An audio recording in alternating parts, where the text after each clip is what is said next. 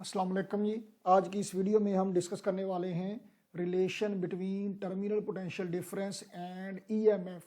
तो आप general equation देखिए, EMF is equal to I into small R plus I into capital R. ये I into capital R ये होता है टर्मिनल पोटेंशियल डिफरेंस। देखिए हमारे पास एक सेल है, इसका पॉजिटिव टर्मिनल और ये इसका नेगेटिव टर्मिनल है। ये इसकी इंटरनल रेजिस्टेंस है। असल में ये इंटरनल रेजिस्टेंस इस वजह से होती है कि जब चार्जेस मूव करते हैं तो इलेक्ट्रोलाइट की मौजूदगी की वजह से फ्रिक्शनल लॉसेस होते हैं, जिसकी वजह से इंटरनली पोटेंशियल ड्रॉप हो जाता है बैटरी के अंदर, जिसको थ्योरेटिकली इस तरह से बाहर निकाल के इंटरनल रेजिस्टेंस की शक्ल में लिख दिया जाता है। तो ये लोड रेजिस्टेंस है जो कि कैपिटल आर है। और ओवरऑल अब जो आपको एपरेंटली बैटरी नजर आ रही है वो ये इसके दो टर्मिनल हैं, ये इसका हायर पोटेंशियल टर्मिनल है और ये इसका लोअर पोटेंशियल टर्मिनल है, इंटरनल रेजिस्टेंस के अंदर ही है। तो देखिए अब तीन पॉसिबिलिटीज हैं।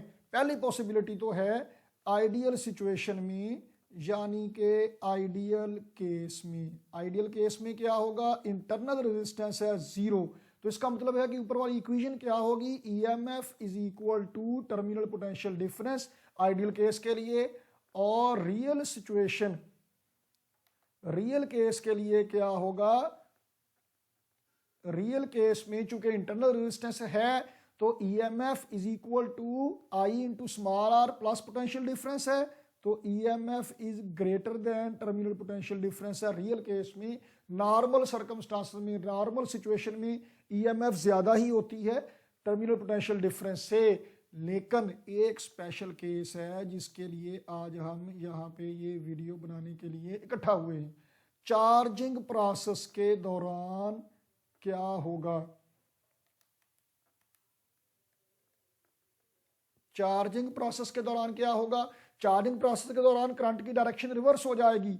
देखिए नॉर्मली जो बैटरी है ये पॉजिटिव टर्मिनल से करंट को, ये इंटरनल रेजिस्टेंस हो गई, ये मैं लोड रेजिस्टेंस यहाँ पे बनाता हूँ, ये लोड रेजिस्टेंस है, ये इंटरनल रेजिस्टेंस है। तो नॉर्मल सिचुएशन में तो करंट है क्लॉकवाइज जब डिस्चार्ज हो रही है, जब आपने लोड अप्लाई किया। लेकिन चार्जिंग प्रोसीजर के दौरान क्या होता है, चार्जिंग प्रोसीजर के दौरान आपने लोड रेजिस्टेंस की बजाय यहाँ पे आपने एक बड़ी बैटरी लगा दी है जो कि आपकी बैटरी को एनर्जी सप्लाई कर रही है।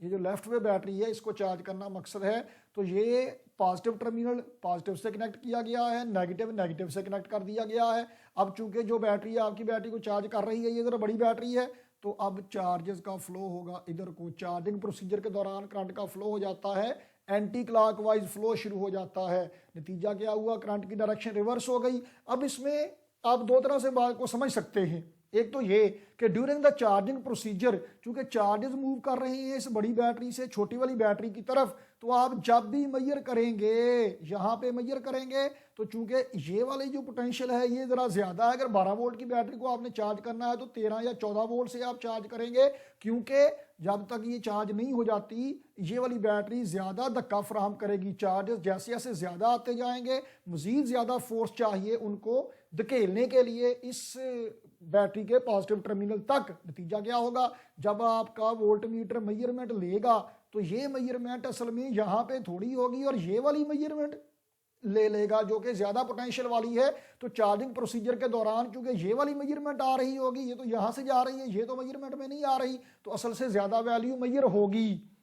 और दूसरी बात, आप इस बात को यूं समझ लीजिए कि फर्श से ये छत तक आपने कोई शय फेंकना है, तो जब आप उसे फेंकेंगे तो ये यहाँ पे ऐसे जाके गिरेगी, तो एक्चुअल लेवल से थोड़ा सा ऊपर से जाके आएगी।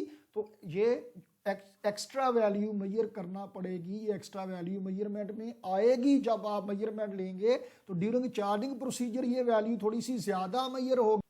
तो चार्जिंग प्रोसीजर के दौरान तो ये वाली बैटरी डोमिनेट कर रही है and this value will float over this value will float over this value. तो ये जो बड़ी बैटरी है ये वाली वैल्यू मेजर होगी। तो आप इस बात को यूं समझ लें कि जो ईएमएफ है ये एक्चुअली थ्योरेटिकल इंटरनल वोल्टेज है बैटरी के।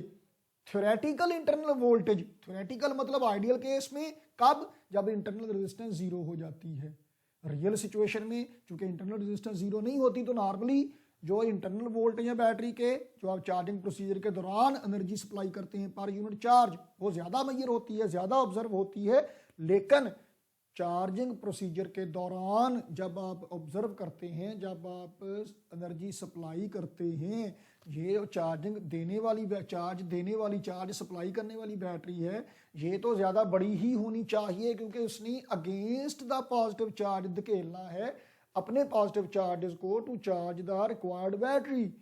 तो इसलिए ड्यूरिंग चार्जिंग प्रोसीजर वैल्यू ज़्यादा मैयर होगी। उस वैल्यू की असल वैल्यू तो वो इंटरनल थ्योरेटिकल वैल्यू है जिसे आप ईएमएफ कह रहे हैं, वो इंटरनल थ्योरेटिकल वैल्यू ईएमएफ है, और जो मेजरमेंट में आ रही है वो पोटेंशियल डिफरेंस है। तो चार्जिंग के दौरान वो जो पोटेंशियल डिफरेंस मैयर हो रहा है वो वैल्यू से ज़्यादा मैयर हो रहा है। आई होप कि ये सिचुएशन क्लियर हो गई होगी कि चार्जिंग प्रोसीजर के दौरान टर्मिनल पोटेंशियल डिफरेंस क्यों ज़्यादा हो जाता है। अच्छा, एक और तरह से भी आप बात को समझ सकते हैं कि terminal potential difference is equal to EMF minus IR.